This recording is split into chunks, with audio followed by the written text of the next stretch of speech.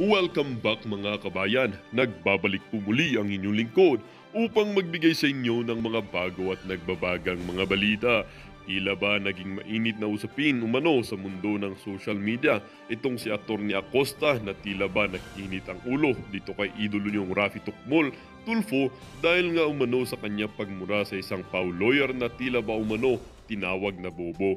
Ang kapal talaga nitong pagmumukha ng Raffy Tukmol na ito, nasabihan ng isang lisensyadong abogado na bobo.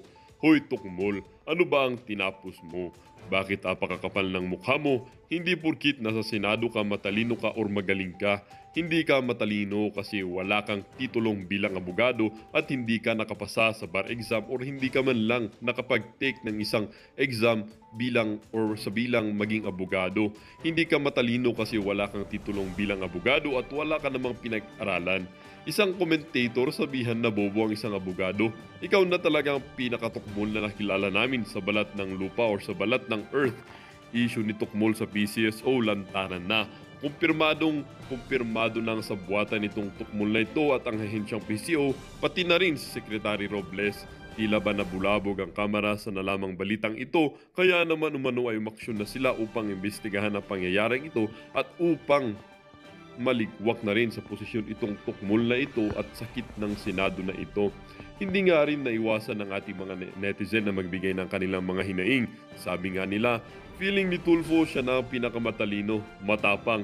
Magrespeto ka naman, hindi ka abogado kahit sino na lang high officials tinitira mo. Tama po Atty. Acosta. Idol ko si Senator Raffy Tukmol pero dapat bawasan niya ang pamamaliit niya at masasakit na salita sa kapwa. Burahin mo yan ma'am, I salute you idol kita kahit nung pandemic na po pinaglaban mo kaming mahirap po. Attorney versus commentator, sino ang may kaalaman?